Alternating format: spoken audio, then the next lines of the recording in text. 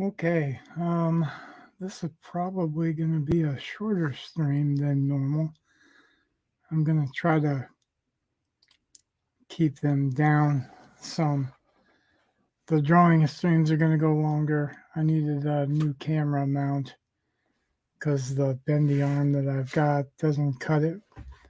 So I've got another one coming with a little bit more length on it so I can maybe get it from above my shoulder.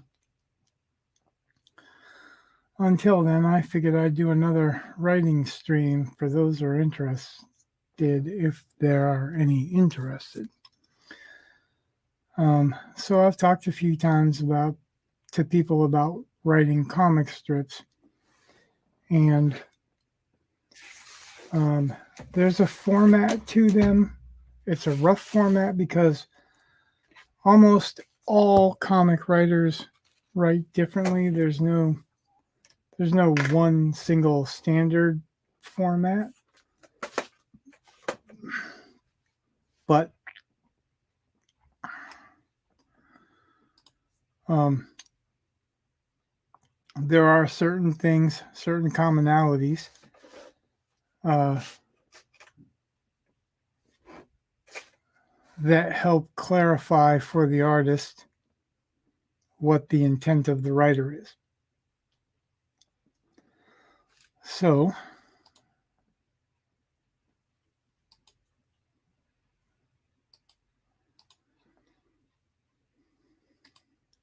okay. So the first thing is you start with a page number. Well, you put a header with the name, the artist name, the title of the story, the title of the book, then the page number, then the number of panels or tiers to a page. And obviously, you're not going to know them while you're creating them. So it's a matter of you figure that out, you write those panels out, or you figure out what's going on in the panels. And then before you submit that script or before you send that script, then you put in the number of panels or tiers or both.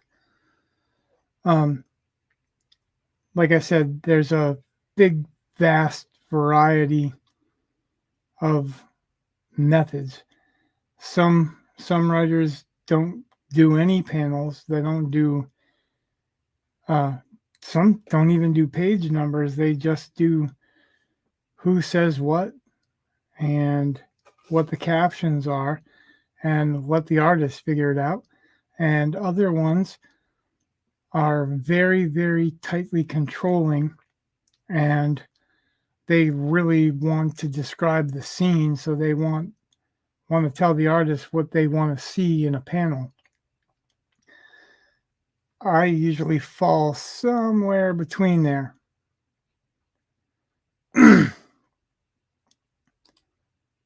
For me, I've kind of rounded out a method that I'm comfortable with because I've seen and studied so many different types. This is not 100%. This is the way you have to do it. This is just the recommended way. Like starting off with the page number, or the page number, the number of panels, and the type of page it is, because obviously there's not going to be any panels on it if it's a splash page, really. There might be an inset panel, but for the most part, it's going to be just one big picture or a 2-page spread, and a 2-page spread is the same thing that just incorporates 2 pages into it. Usually you don't do that on the first page because you'd have to turn the first page, and that's part of the idea with scripting, is to get you to turn to the next page. So when you're writing the last panel of a page, you want to keep in mind that the panels and tiers should go left to right if you're writing American comic books. So panel 1 should lead to panel 2. Panel 2 should lead to panel 3 if it's a top tier where there's 3 or 4 panels. They should lead one to the next, and then the last panel on the top tier should aim at the first panel of the next tier down. That's really more of the artist department, but if you write it in such a way where the action is divided up between the tiers, then the artist will have kind of a natural inclination to go towards that flow of storytelling. So after you do decide what type of page it is, and you start on the panels, the first thing you do on the panel is your brief description of what's going on in the panel. You don't want to overload it really, because artists want to have some freedom to play around and stretch their creative legs too. So you want to give a brief description of the important things that are in a panel, like say if a character is wearing something or has a backpack that they're going to have to reach into 4 pages later. You want to make sure that that backpack is introduced early on in that story, so the continuity is not an issue. Then if you're going to use a sword, somebody's going to draw a sword from a wall mount, there needs to be a wall mount with a sword. If you're going to have a control panel, there needs to be a control panel. So these things need to be noted. That's part of the brief description. You could use it to describe what somebody's wearing or what somebody looks like. Now, in this brief description, the first time that you introduce a character, you introduce their name, you capitalize it. Some people capitalize them all the time. Some people just capitalize them the first time. I generally try to capitalize them all the time. That way, at a glance, I can see the names. And at a glance, the artist can see how many characters are in that panel. There are theories of how many exchanges to have during a panel. I have heard that you want as few exchanges as possible in a panel, and you don't want to overload it with dialogue or overload it with the captions. So if you're going to have an exchange, somebody saying something to somebody, and then somebody saying something back, you could possibly go 3 times. Once, reply, and then the character replying to the reply. Or you could just switch the panels for the replies. Or you can break what's called the gutters, which are the borders around the panels, with the tail end of a word bubble or something like that. But you should probably try to avoid that as much as you can. The first person speaking usually has the highest word bubble. So you want to keep that in mind when describing the panel too. So if somebody says something like we were talking about, you're reading left to right. If somebody is saying something to somebody else in the panel and they're going to respond, you want the left side to be the person that's speaking first until you get to the last panel that's going to switch it a little bit. But you're still, the first one is usually on the left.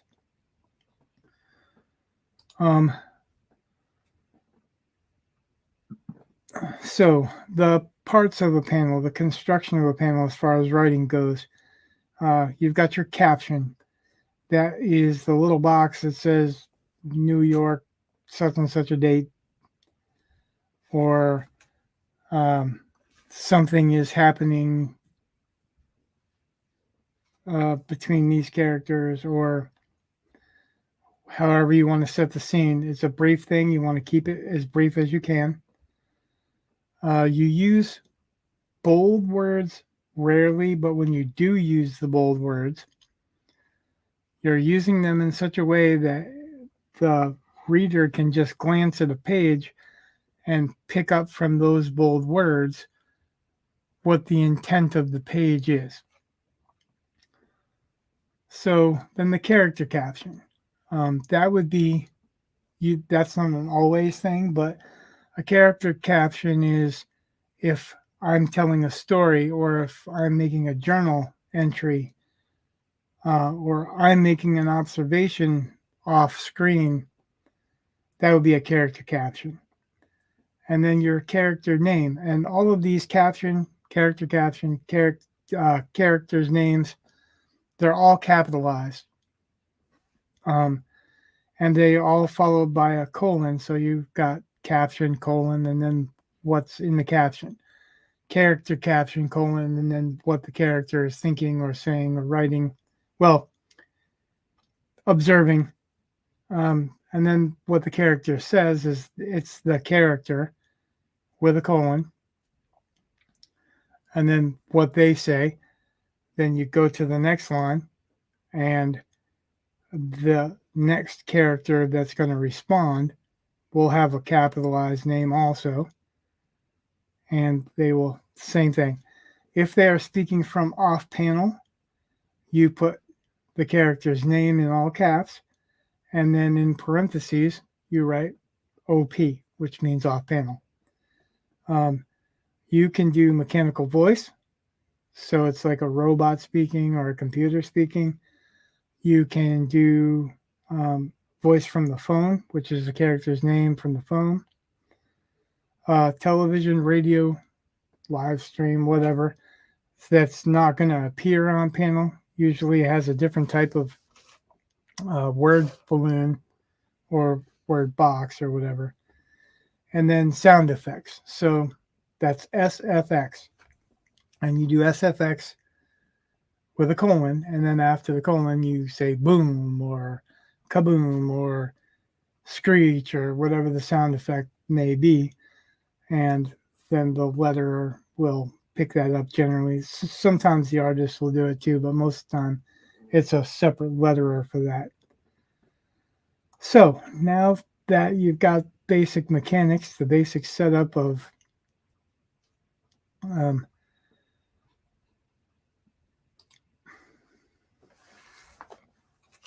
the formatting to achieve what you're trying to write in dialogue, or you're not going to write prose per se, because the imagery is not going to be from words, which is different from prose writing.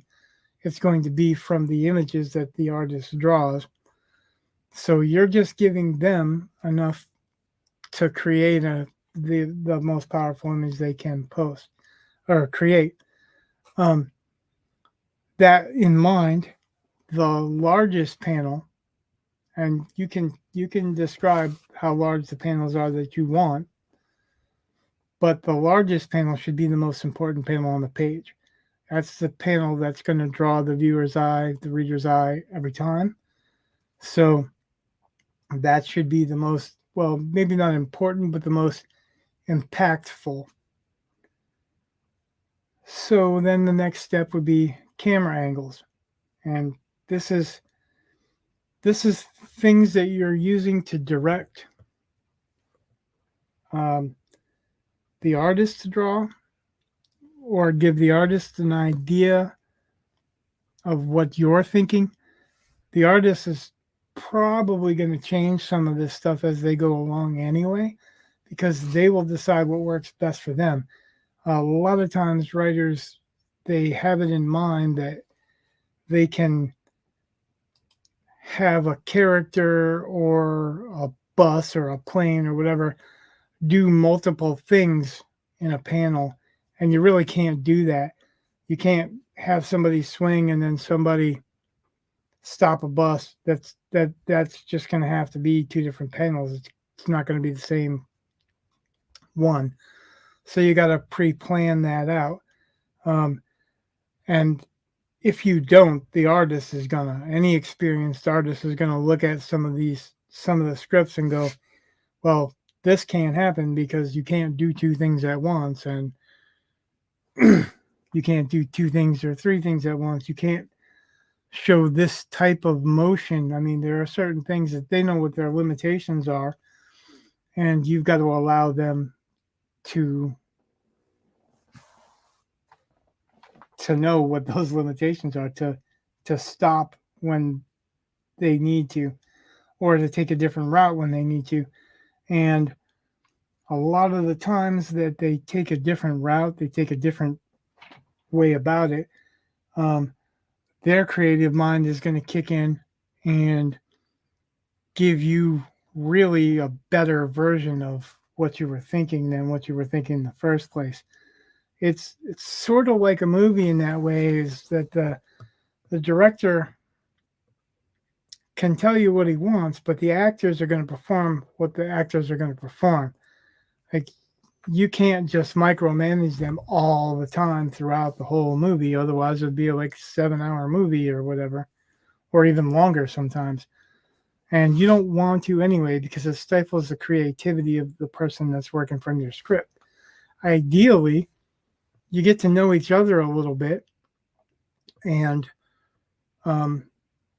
you leave a lot up to them, except for the things that you that are really, really important to you, the images that really take seat in your mind. And if you specify that, then the artist is probably going to see it and find an approach that nails that concept for you.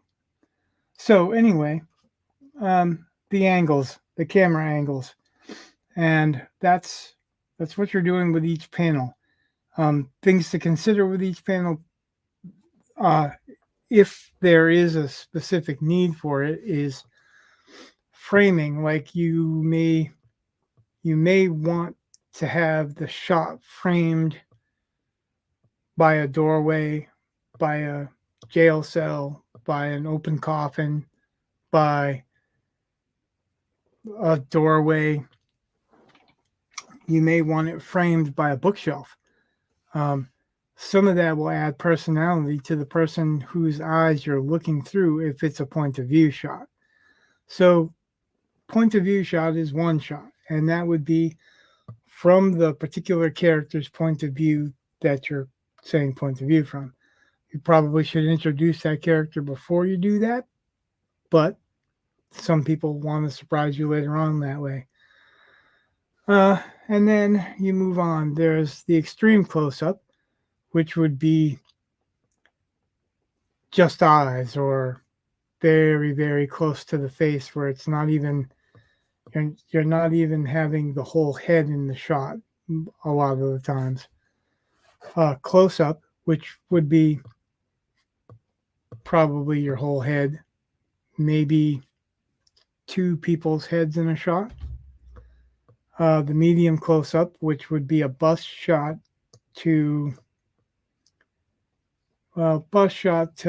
maybe part of a chest and a little bit of background. The medium shot, which is pretty much waist level up, unless specified differently. It could be waist level down, depending on the reason. There are reasons for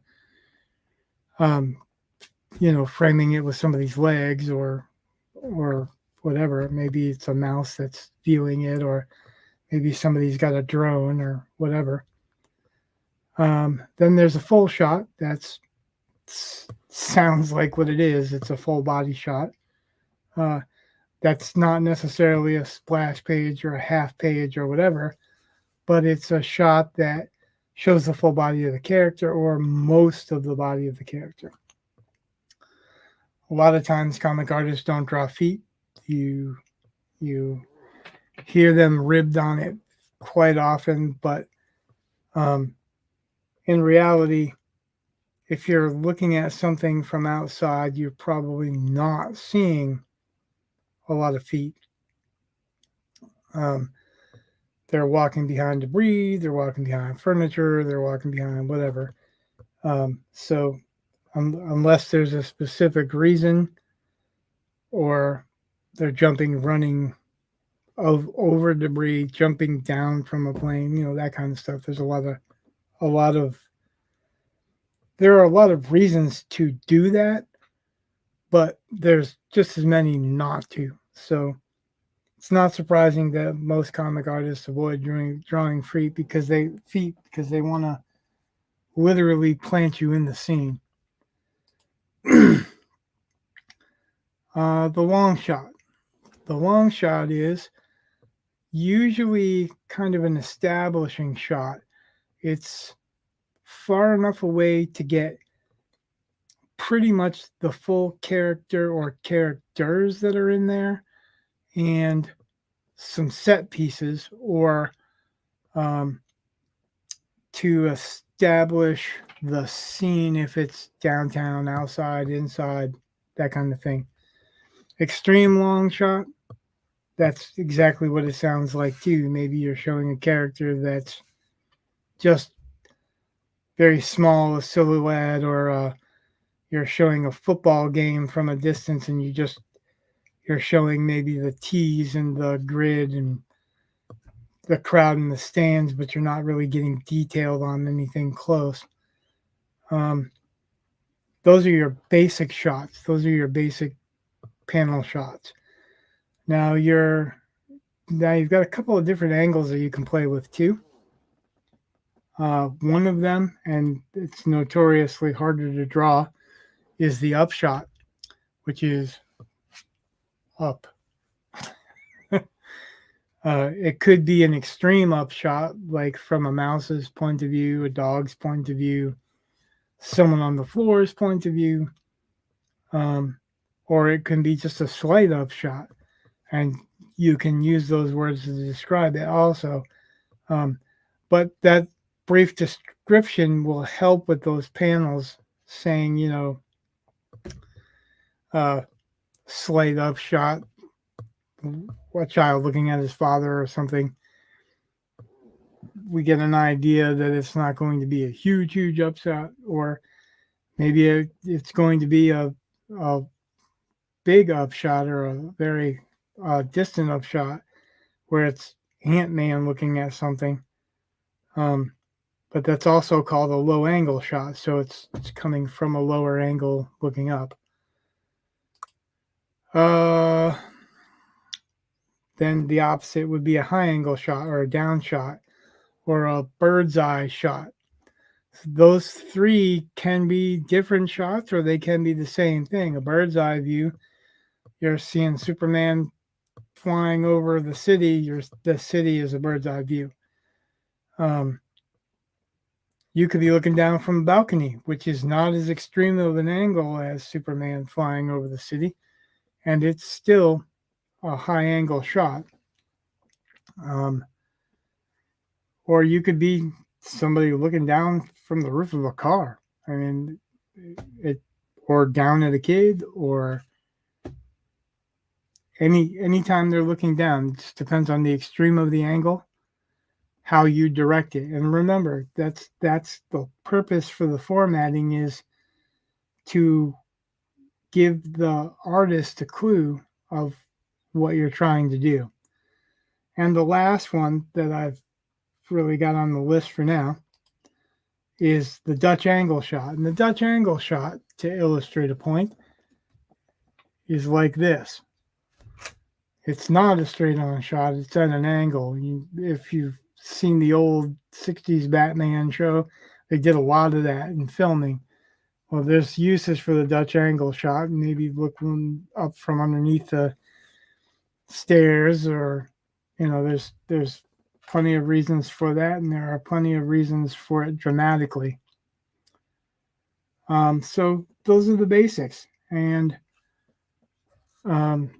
feel free to, if you have any questions, that I haven't answered to put them in the comments section, and I will read the comments as they come out. And if I haven't answered any questions, if there's enough of them, like if it's just a small question or one or two, then I'll probably just answer them in the chat or in the messages. But if there's enough of them that I can build another stream off of or a video off of, then I will. If I don't have the answers to hand, I will look them up and find them for you. A lot of it's very important to know that there is no real set format, but these are commonalities in formatting, and they're for the purpose of communicating between an artist that's not in the same room and likely not to be in the same room or a phone call away or any of that. They could be, but they probably are not. So that you can convey the ideas and the visions that you have in your head. You can be exhaustive in the brief description. I know of certain comic artists that are well-known comic artists that are pretty famous and had movies made out of their stuff that really do write almost novels for comic scripts, and reading it's intense. I can't imagine trying to be an artist and working with somebody that's trying to manage you on such a level that you have no input or no interpretation on. So you want to leave them some interpretation. Artists, I know from my own experience, we like to have an idea of what to draw, but we also like to be able to do it our own way. So unless there's specific reasons, don't micromanage. But if there are specific reasons, if you want certain angles for dramatic effect and there's a particular effect that you're going to get this way, tell the artist. They'll understand, and they will build off of that to make it a more potent picture or a more potent image.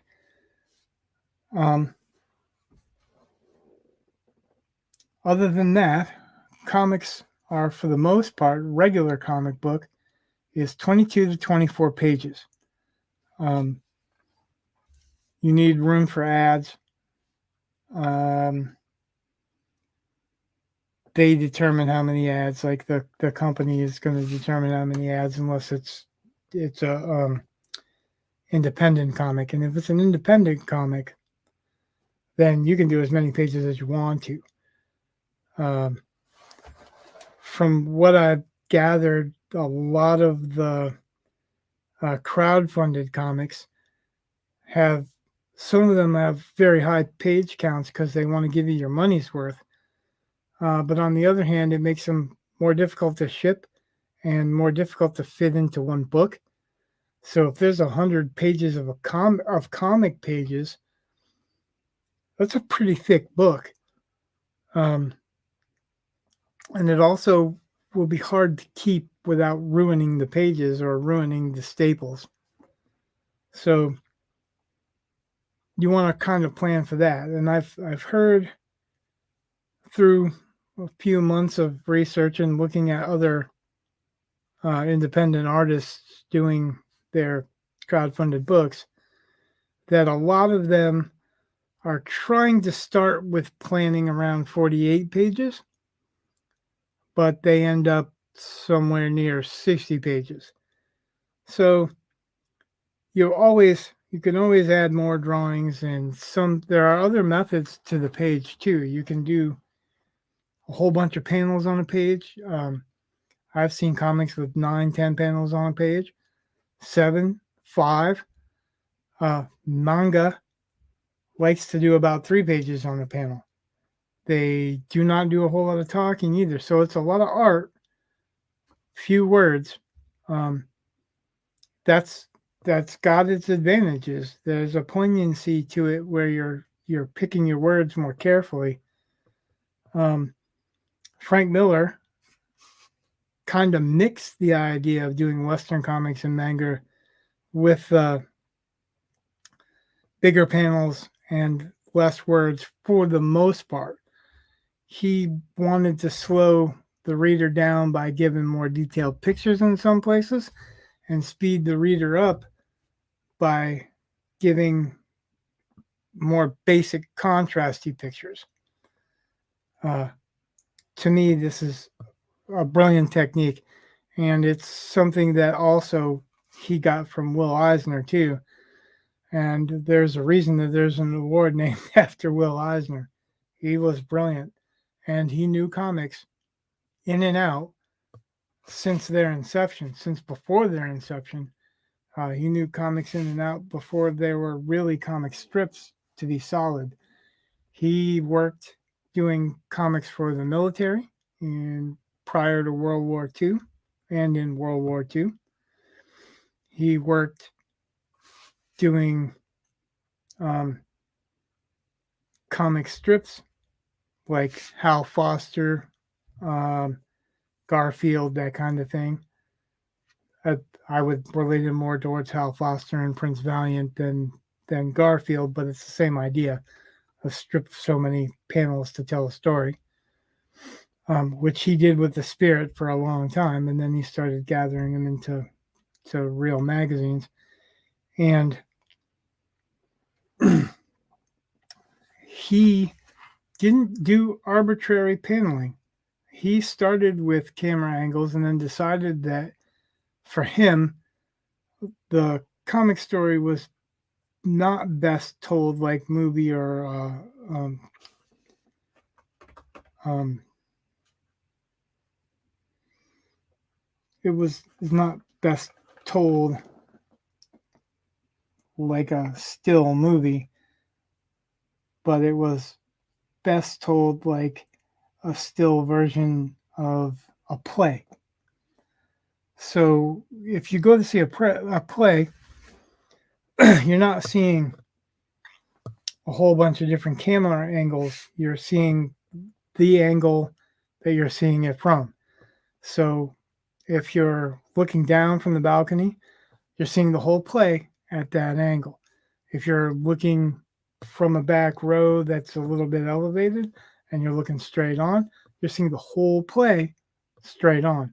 If you're looking from the front row and you're looking up, you're seeing the whole play, you guessed it, looking up. So that's what Eisner came to decide to do. Frank Miller's stronger into the storyboarding idea from more movie type thing. Now, the difference between storyboarding is that you can actually show motion. You show where your camera pans and you show where your characters move, or where your character zooms, where it pans side to side with different colored arrows on the angles. Comics should be kind of, in my opinion, a combination of a little bit of all of it. A very good camera angle leads to a great dramatic shot for some purposes. A straight on angle leads to a really dynamic shot for some purposes. An experienced artist will know which to use when, so you won't have to tell him every step of the way, or her every step of the way. Just like movies, you have different people with the fingers in the pot. So originally you have a script, and then you have a plot, but then you have a script, and then you have a penciler.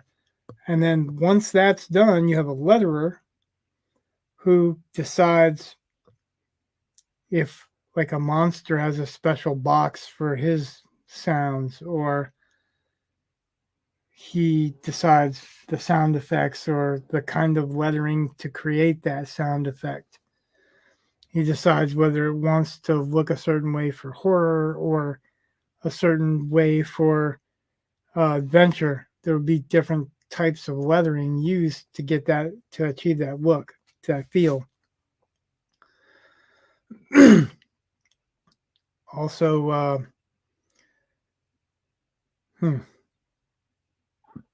the inker will embellish from the pencils.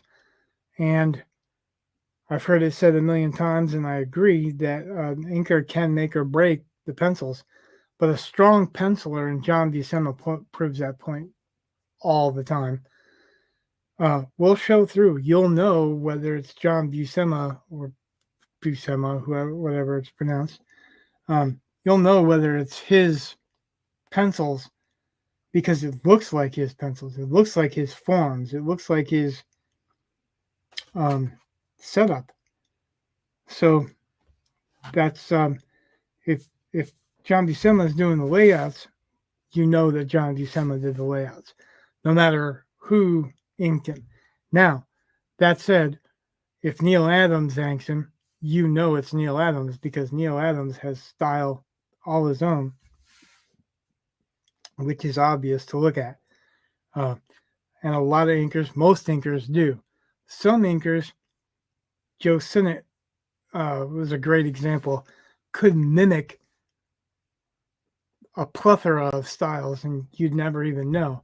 He's reproduced images that he inked for John Buscema back in the day in his later days, just before he died, that you wouldn't even know the difference. And I think that's pretty amazing too. So there's a lot of character in the inker. There's a lot of character in the pencil. There's a lot of character in the plots. There's a lot of character in the writing, and there's a lot of character in the lettering. People overlook that there is value to each part of that. There's been an argument for a long time whether the writer is more important or the artist is more important. A really good comic book, it's all important. It's not just writing. It's not just art. I have read comic books that the writing is brilliant, the art's so. But because the writing is brilliant, it's a decent book. I've also read books that the writing is crap, but I looked at the images for hours and hours and hours. So that's a decent book. But when you get them both to work and you get a letterer that knows his business, where it's not just talking about the Comic Sans and the dialogue, I'm talking about the sound effects have certain shapes for each type of word. And there's a different type of dialogue box for different creatures, whether they be aliens, whether they be monsters, whether, there's a vast array of what it could be. But when a letterer picks that up and creates enough of a difference, a nuance, but between each type of character, then it adds so much to the reading experience. And the inkers and colorists, I'm sorry, I overlooked colorists too, but a good colorist is the same as a painter. So he or she is taking something that is already good and refined and fine, because there's a lot of comics that are black and white, and hopefully making it stand out that much more. So it's not just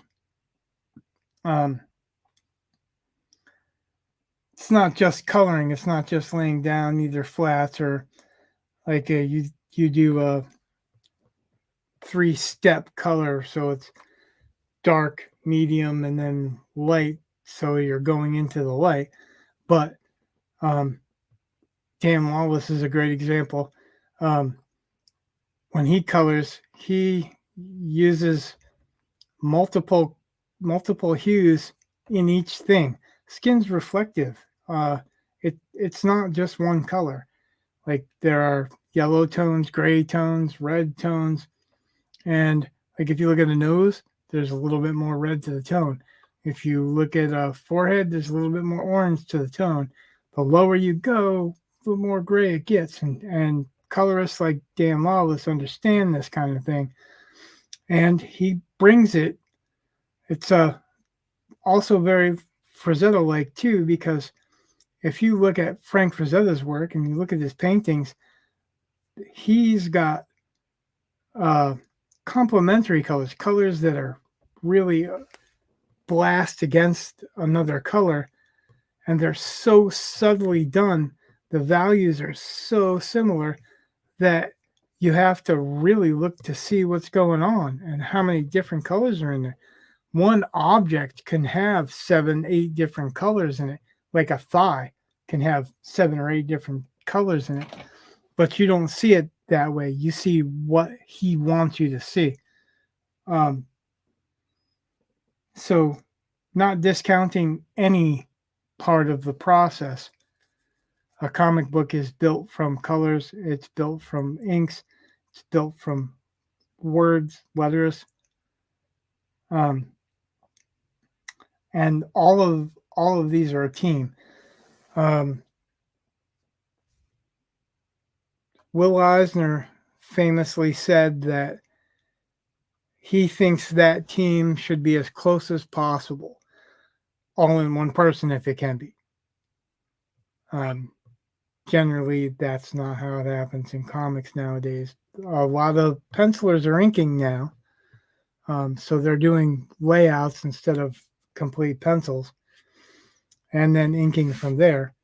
Some of them are inking and then coloring too, so they're doing maybe less rendering in the inks than they would, so that they can have time to add the colors. But generally, there's a separate colorist that's hired, and like he'll have someone that's a flatter that goes in and puts the basic flat colors that he's going to build off, or she's going to build off of later on, because it's tedious work to do all the flat colors. But that's another subject for another video. I just wanted to briefly cover all the aspects, just so that anyone that's watching this knows that the communication is not necessarily just with the penciler. It's with the penciler. Sometimes it's with the penciler and the inker. Sometimes you want to make notation, like you want a color hold here or so. That's it's changing the colors of the line work for the most part. So you want maybe a glow to engulf somebody's hand. That's a color hold. So yeah, that's pretty much it. That's what I got for today. And once again, any questions, feel free to ask in the question section below.